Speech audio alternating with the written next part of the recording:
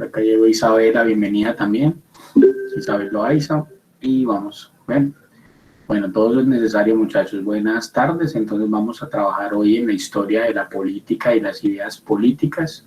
Y se preguntarán por qué vamos a hablar de esta cosa, ¿cierto? ¿Por qué vamos a hablar de esto en esta materia? Porque vamos a hablar de filosofía de política. Y hay un componente muy importante, como lo miramos ahorita, el componente de la política es transversal a toda la filosofía. Vamos entonces, entre otras cosas, porque vamos a plantear muy posiblemente como tema de nuestro Congreso de Filosofía, vamos a plantear filosofía política.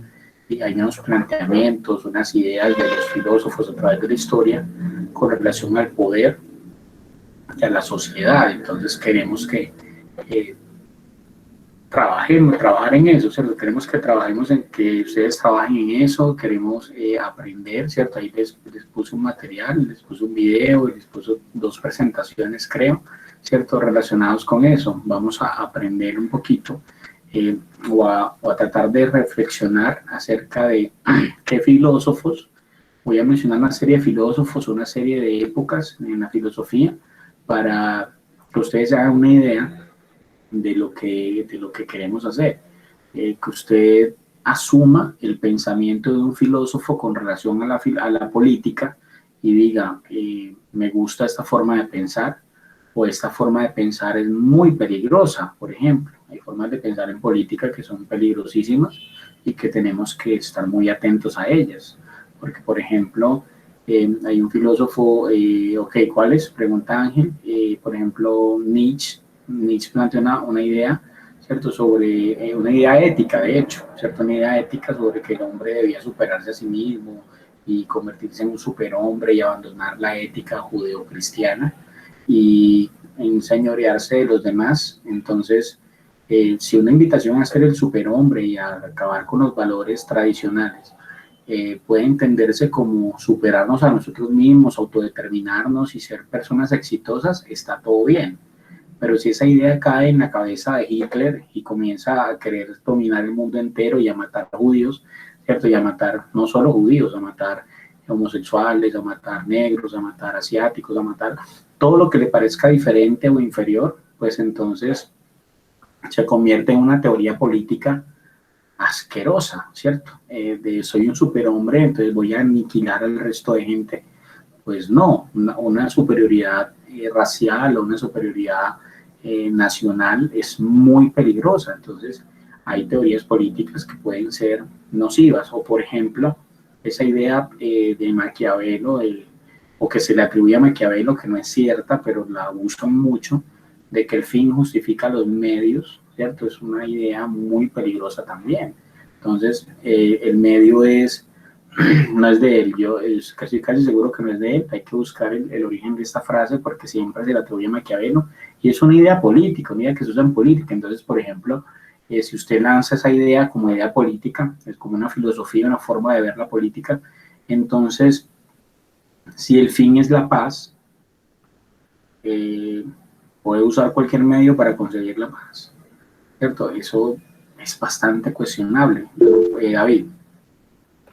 Profe, pues en Google me pareció que es de Napoleón, que Napoleón Bonaparte fue el primero en proyectar esta idea, ¿cierto? Y pues que Maquiavelo solamente la repitió, digamos. O Maquiavelo dijo que Napoleón la dijo, es posible, ¿cierto? Algo así.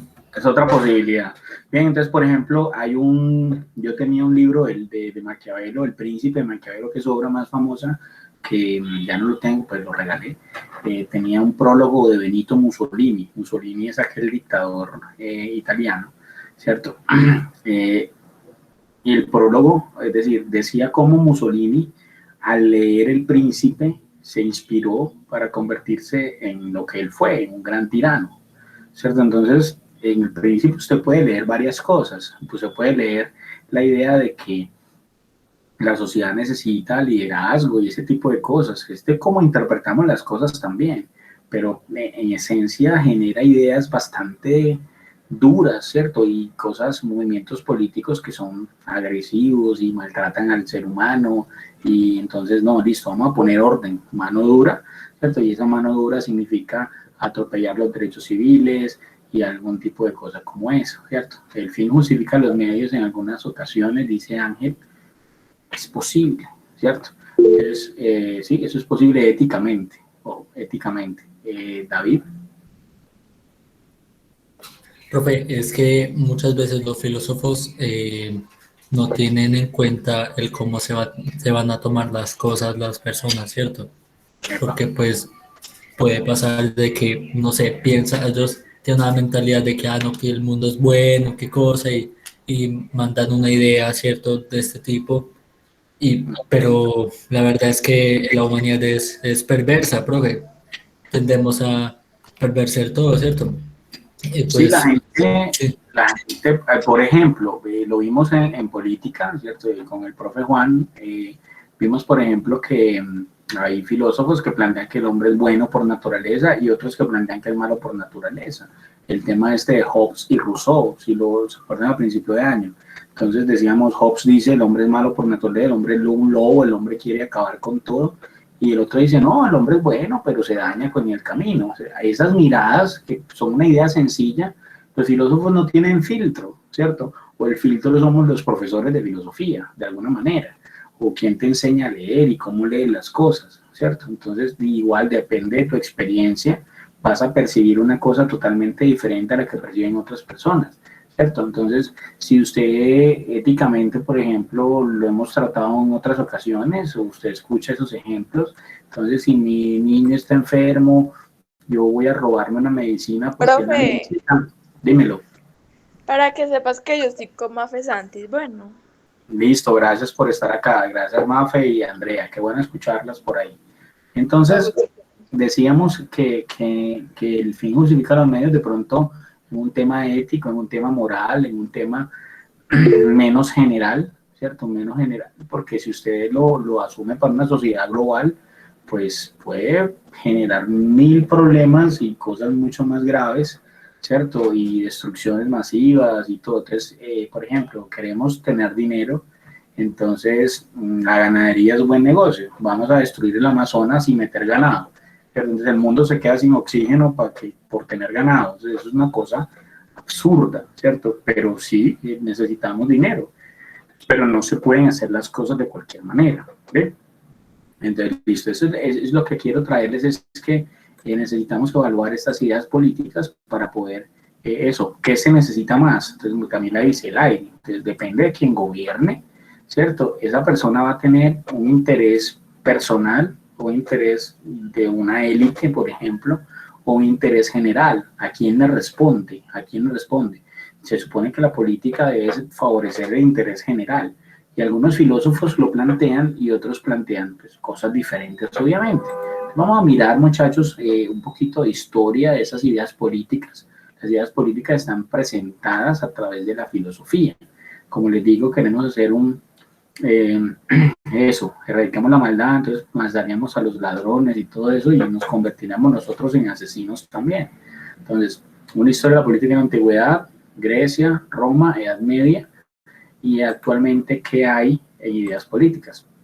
Entonces, primero que todo, ¿cierto? Miramos las formas de organización política a través de la historia, se han dado básicamente en la figura o al principio de las civilizaciones humanas como ciudad e imperio. Se establecieron ciudades, las primeras organizaciones humanas fueron ciudades, y esas ciudades comenzaron a crecer y se constituyeron en imperios, comenzando a controlar a los otros, a quitarles sus recursos, a invadir el territorio del otro. Entonces, de una vez, cuando comenzamos a articularnos como sociedad, pasamos de nuestra ciudad donde vivíamos y teníamos lo que necesitábamos a querer lo del otro, ¿cierto? Relaciones de poder. Bien, yo soy más fuerte, tengo más armas, mis hombres son más grandes y más fornidos, entonces vamos a darle en la jeta a los otros y vamos a quitarle sus cosas. Bien. Siempre, como dice el compañero acá en el chat, ¿cierto? Queremos más, ¿cierto? El hombre es como decía Hobbes, es un lobo, es decir, un hombre es hambriento, ¿cierto? Nosotros queremos más y el poder parece que el poder es agradable, ¿cierto? Y el poder corrompe, ¿cierto? El poder corrompe, y dicen, por ejemplo, la frase, el poder corrompe y el poder absoluto corrompe absolutamente. Entonces, si usted logra un poder absoluto, usted no va a querer, ¿cierto?, soltarlo, y va a querer, obviamente, mantenerse ahí y satisfacer todos sus deseos. Y satisfacer todos los deseos de un hombre implica no satisfacer los deseos de muchos otros hombres, ¿cierto? Entonces, todo lo que yo me como, se lo dejan de comer otras personas. Si yo como más de lo que me toca, entonces el resto de gente se queda sin nada, o con muy poquito. Entonces, características políticas de la sociedad, ¿cierto? Lo más importante al principio es la agricultura como actividad económica, ¿cierto? Y ojo que la economía siempre está relacionada con alimentar la gente, ¿cierto? Y con el control de la alimentación de la gente, controlar el recurso. Controlar el recurso es la clave para la dominación. Las sociedades del Medio Oriente, ¿cierto?, fueron las primeras sociedades agrícolas, tuvieron sociedades hidráulicas, o sea, sociedades que se movían alrededor de los ríos, como Mesopotamia, Egipto, la India, ¿bien? Y estas 100 panes y 100 personas, pero no ellos se comen la mitad, muy bien, ¿ok? Y también, ¿cierto?, hay unos elementos característicos de la sociedad, luego aparece una estratificación social. La estratificación social viene de un punto muy sencillo, ¿cierto?, y es depende de lo que hacemos, nos repartimos los oficios, pero esa división de los oficios terminó convirtiéndose en una división de clases sociales, y cada quien tiene un rol, pero de una forma extraña. Nosotros comenzamos a valorar más unas actividades que otras, entonces unas personas quedaron recibiendo menos recursos que otras, ¿cierto? Y unas se apropiaron de la mayoría de recursos, ¿cierto? Entonces ahí es donde comienzan las desigualdades y los problemas y la pobreza y todo ese tipo de situaciones. La política nace en Grecia, ¿cierto?, como disciplina filosófica, ¿cierto?, y también como institución. Entonces aparecen monarquías, y ellos se movieron en diferentes tipos de sistema político, como la monarquía, luego monarquías militares, aristocracias, ¿cierto? Democracia también, que es otra forma del sistema político, y había, por ejemplo, una división del poder público, tuvieron una especie de democracia, ¿cierto?, que hay que evaluarla muy bien porque no es una democracia absoluta ni perfecta, obviamente, pero es una idea bacana, es una idea como muy idealista, muy interesante, pero realmente la democracia griega era bastante limitada. ¿Ven? Roma entra, ¿cierto? Roma, en palabras sencillas, Roma civilizó al mundo. Palabras muy sencillas, pero implica una cantidad de cosas, ¿cierto? Roma volvió al mundo civilizado. Roma es la base de nuestra cultura y la base de la cultura del mundo entero, ¿cierto? Todos querían ser como Roma. Roma tocó todo, ¿cierto? Roma tuvo dominios en todos los continentes, ¿bien? Y ellos tuvieron la idea de la ciudad-estado. La ciudad-estado es la unidad mínima administrativa que hay, ¿cierto? Ciudades que se gobiernan a sí mismas y no dependen de otros reinos, y comenzaron a consolidar un poder que se convirtió en monarquías y se convirtió en imperios y en cosas con gente bastante déspota y bastante difícil de manejar, ¿cierto? En la Edad Media, ¿cierto?, se sigue con la tradición romana, con las monarquías, ¿cierto?, adaptando esas monarquías a las tradiciones germánicas, es decir, a las costumbres de los pueblos del norte de Europa, o del centro de Europa, centro y norte, lo que es actualmente Alemania, Dinamarca, toda esta región, y estas tradiciones germánicas y romanas se adaptaron y se mezclaron con el cristianismo. Entonces, mucho del poder de los reyes comenzó a tener que ver con la religión, ¿cierto? El poder de los reyes estaba basado en la bendición papal, por ejemplo. En la Baja Edad Media, o sea, a finales de la Edad Media, ¿cierto?, de alguna manera se transforma la economía, ¿cierto?, y aparece nuevas formas económicas. Está el feudalismo, básicamente. El feudalismo determina unas relaciones de poder bastante inequitativas, ¿cierto?, y bastante, pero muy honorables, ¿sí? ¿A qué me refiero con honorables? Esta época de los caballeros, los señores, los amos, los siervos, y los siervos se arrodillaban y besaban el anillo de las personas. Ese tipo de rituales, ¿cierto? Ese tipo de rituales establecían que unos eran más que otros, pero había una cosa bacana, ¿cierto? Que era ese tema de la palabra, del honor, ¿cierto? La gente cumplía con su palabra, la palabra era muy importante y no se podía despreciar la palabra de un hombre, ¿cierto? Entonces usted decía que iba a pagar y la gente sabía que usted iba a pagar.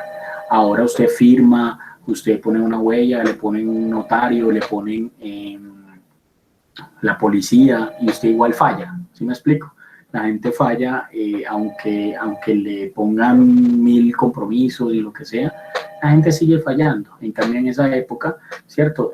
Usted decía, y lo que decía era tomado como verdad y se respetaba al 100, ¿cierto?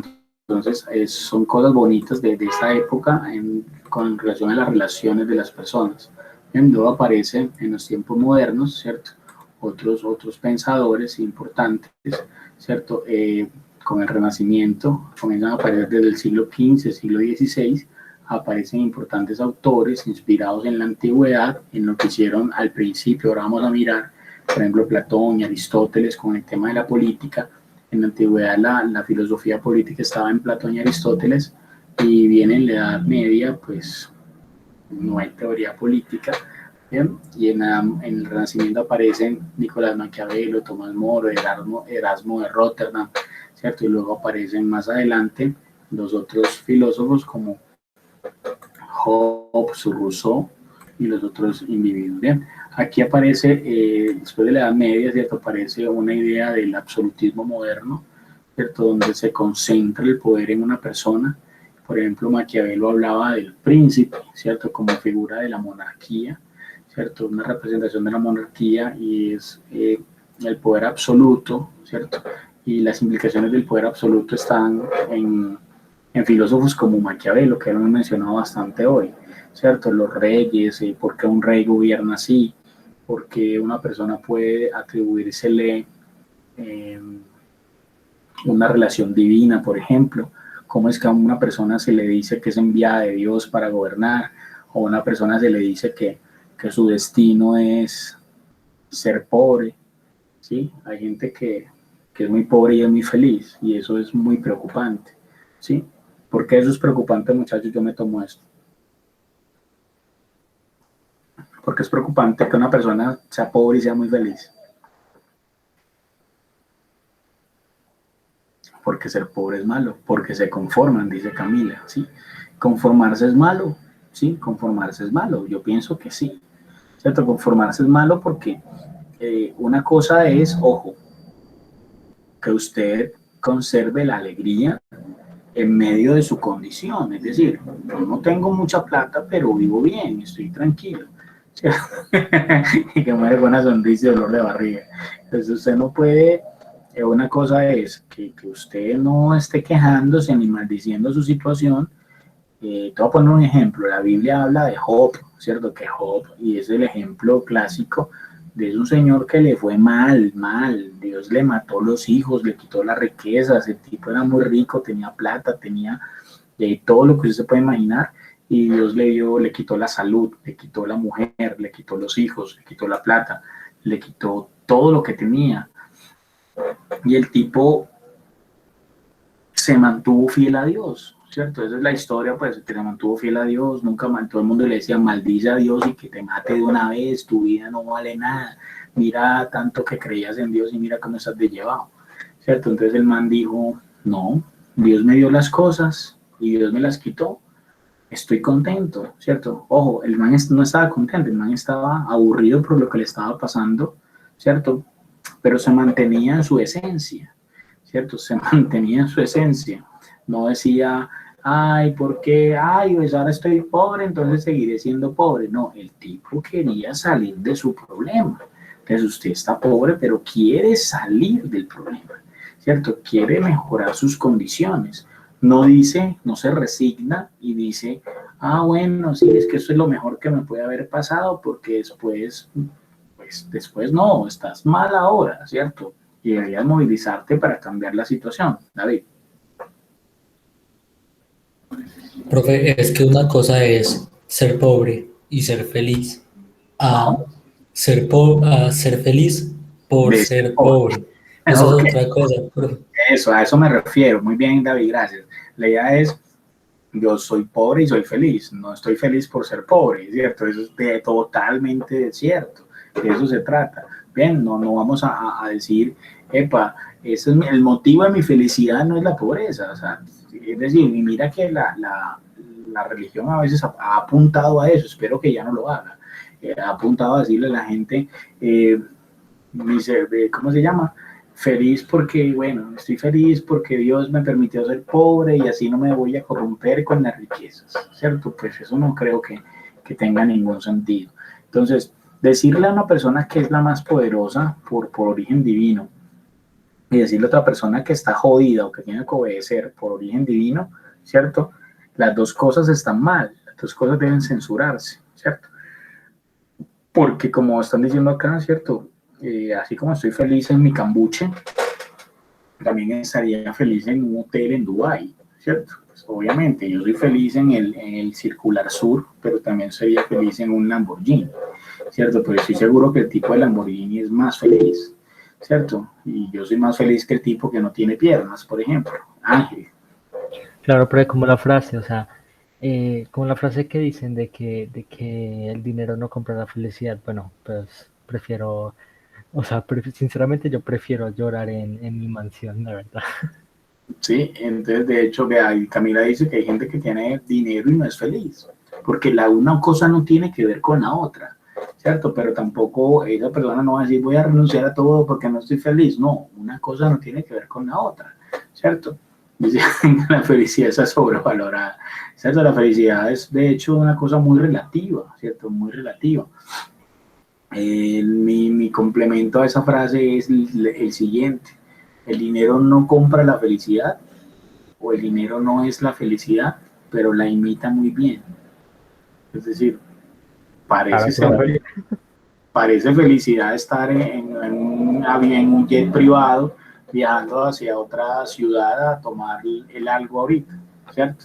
Voy a ir a Nueva York a comerme un perro caliente, ¿cierto? Ese tipo de cosas, comerme una pizza, que dicen que la pizza en Nueva York que es genial, ¿cierto? Pues, eso sería un super estilo. Yo deprimido, pero en mi avión pienso, reflexiono y luego me como la pizza y me devuelvo para seguir trabajando mañana, ¿cierto? Es como la película vieja de Ricky Ricón, ¿cierto? El niño está sufriendo mucho porque no tiene amiguitos.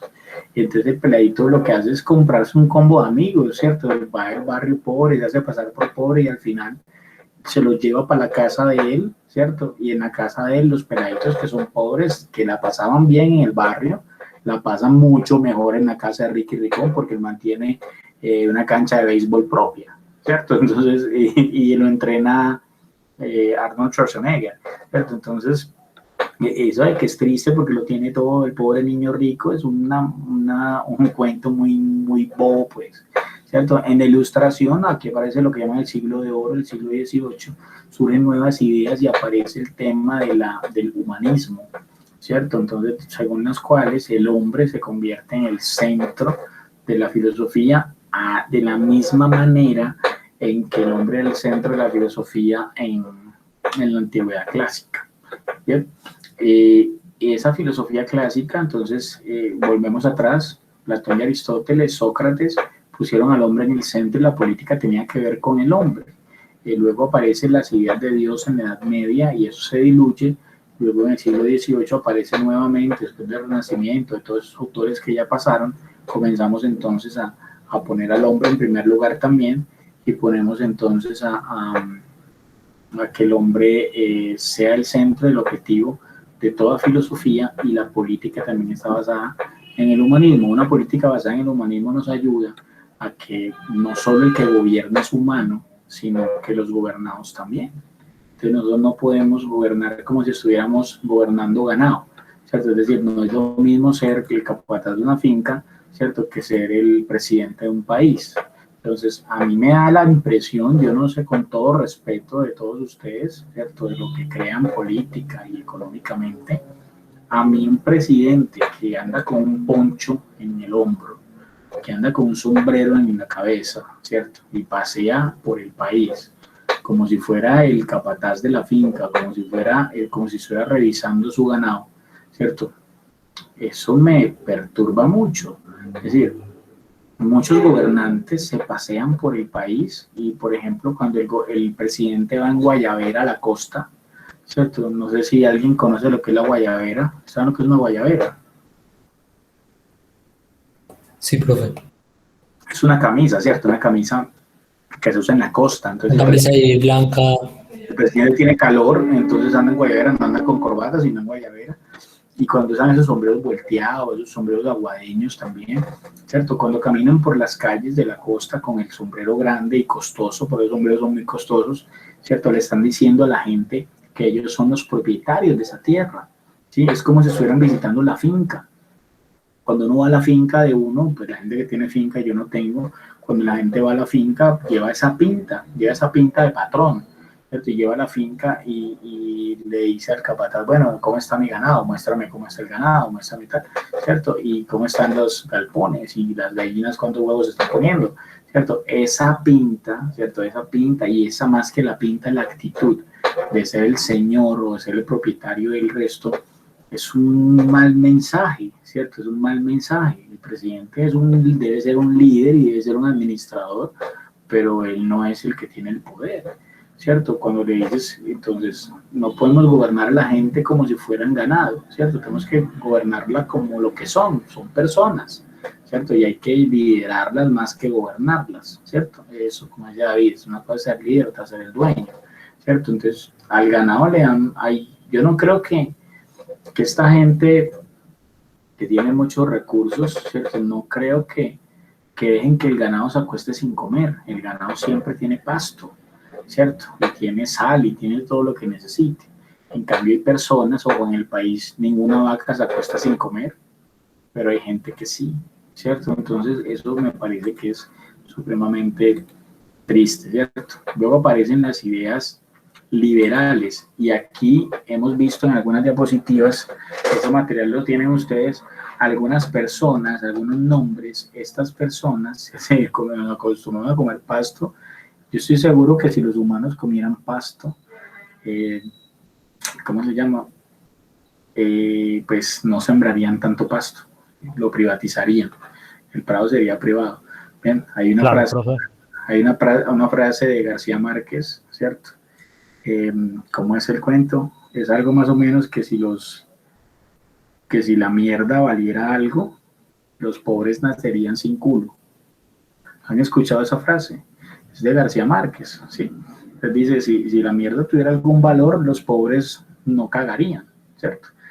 Son así de malas, o sea, la sociedad está en esa posición, ¿cierto? De que el que no tiene tenga menos siempre, ¿cierto? Entonces, pilas con esto. Aquí vamos a ver algunos nombres y en algunas otras diapositivas hay nombres y esos nombres que quiero que ustedes enfoquen su atención en esos nombres porque cuando establezcamos la dinámica del Congreso, vamos a hacer un Congreso de Filosofía, ustedes van a hablar de filosofía política. Lo que van a hacer es escoger uno de estos personajes, uno de estos filósofos y estudiar el pensamiento político de alguien y plantear una propuesta, ¿cierto? Que ya les orientaremos cómo, todavía no. Entonces hay unas ideas liberales, ¿cierto? Y pues son las últimas ideas que hay en política. Luego vienen otros más contemporáneos y las últimas cosas que hay en política, todas están basadas en cosas viejas. Aparece, por ejemplo, otras ideas políticas están como el marxismo, ¿cierto? Y este tipo de asuntos muy censurados últimamente, ¿cierto? Si yo hablo aquí de Marx y digo, bueno, es que Marx tenía razón en ciertas cosas, entonces los estoy influenciando para que sean comunistas o cualquier bobada de esas, pero esa vaina es cierta, Marx tenía razón en muchas cosas. Las ideas liberales son las que le dan sustento al sistema económico en el que hoy vivimos, en el capitalismo, básicamente. ¿Bien? Entonces, los hombres parte estas ideas del principio de que los hombres son buenos, son iguales, los hombres son iguales ante la ley, nacen libres e iguales ante la ley. Todos tienen derecho a elegir y ser elegidos y todos tienen derecho a hacer lo que les dé la gana. Eso es una cosa poderosa, pero también muy peligrosa, porque entonces yo tengo derecho a realizarme a mí mismo, pero realizarme a mí mismo implica abusar de ti y sacarte la leche y explotarte laboralmente y que trabajes para mí como un esclavo, pues esa es mi libertad. ¿Y tu libertad dónde queda? ¿Cierto? Entonces la libertad no es para todos, la libertad es para un grupo nada más, la democracia es para un grupo nada más. La democracia no es para la gente del pueblo. Hay gente en pueblos en Colombia donde no hay mesas de votación, o de la mesa de votación queda a 10 kilómetros de la casa y te toca ir caminando o en caballo o por una trocha. La gente no va a votar, ¿cierto? ¿Cómo va a votar si no puede llegar allá? O si el día de la votación le toca trabajar, entonces no se puede, ¿cierto? No se puede votar, ¿cierto? Aquí las votaciones son un domingo, supuestamente para que la gente pueda ir, pero mucha gente trabaja los domingos, ¿cierto? Mucha gente trabaja los domingos también, ¿cierto? En Estados Unidos las votaciones son martes y son todo el día, son hasta la noche, ¿cierto? Para que la gente pueda ir a votar, ¿cierto? Y en otras democracias es así, nosotros censuramos, nosotros decimos, bueno, hasta las 4 de la tarde que la gente sale de trabajar a las 4 o a las 5, no alcanzan a llegar a la mesa de votación, entonces hacen que mucha gente no pueda votar. Pero entonces, estos filósofos liberales, ¿cierto? Que es una serie de filósofos para que vayan teniendo en cuenta cuando les pidamos que busquen un filósofo que hable de política, búsquenlo acá. Charles de Secondat, Rousseau, Kant, Bentham, Stuart Mill, ¿cierto? Y está Aristóteles, Montesquieu, está Hobbes, ¿cierto? Aquí está Rousseau, pero no está Hobbes. Hobbes también, que lo estudiamos en sociales, y está el mismo Sócrates, ¿cierto? San Agustín tiene algunas ideas políticas, pero eso es un poquito pecueco. Podemos buscar filósofos más modernos, ¿cierto? Como Adela Cortina, ¿cierto? Filósofos más modernos como Habermas, filósofos extraños como Kierkegaard, ¿cierto? Que por ahí los asesoraremos con eso, Nietzsche, ¿cierto? Filósofos como Voltaire, como filósofos, ¿cómo es el otro? Francis Bacon, Nietzsche, ya mencioné Nietzsche, el otro se llama Schopenhauer, ¿cierto? Que habla de la autodeterminación, por ejemplo, de la gente, que es una idea muy, muy interesante, en autodeterminarnos y decir, bueno, ¿qué es lo que yo quiero hacer con la vida? ¿Cierto? ¿Yo para qué sirvo? Voy a servir para otras cosas. John Locke también es muy económico, pero en la economía siempre hay ese tema político de cómo debe manejarse el poder y los recursos. Entonces, ahí habría opciones, ¿cierto? Lo que yo quiero plantearles es opciones. La idea hoy, ese era el objetivo, plantear que hay una filosofía política y ese va a ser el tema de nuestro congreso. El congreso trata de... Descartes es un gran filósofo, pero en política pocón, ¿cierto? Como que no es clara su visión política, creo yo. Si usted, por ejemplo, la encontrara, pues hágale, hágale con ese, ¿cierto? Hay libertad con eso. Vamos a hacer un congreso, vamos a hacer unas ponencias, ¿cierto? Unos textos para que los expongan y bueno, eso es lo que pretende el congreso. Y esto es aprovechar este espacio para introducirlos en eso, ¿cierto? Para darles ideas sobre el tema, para que más adelante las desarrollemos. Yo estoy en la filosofía o en la onda de hacer las cosas con calma, ¿cierto? A pesar de la premura y de muchas cosas que nos perturban, que ya hay que pagar tiempos, que hay que hacer esto, que hay que hacer lo otro, que el año se va a acabar, que hay que volver a la alternancia, y no sé. Yo creo que lo importante es trabajar desde donde estamos y seguir adelante y disfrutar este proceso, ¿sí? Disfrutar el proceso es importante, tratar de aprender, ¿cierto? Más que cumplir horas o cumplir un horario y la clase cuánto duró, ¿cierto? Nada de eso es importante, ¿cierto? La vida es importante, ¿cierto? Estar bien los unos con los otros, estar en paz, estar tranquilos y en este trabajo que hacemos, pues aprender, que ustedes aprendan cosas, ¿cierto? Yo tuve muy buenos profes y me enseñaron muchas cosas, entonces yo trato de enseñar, eso es lo que yo hago.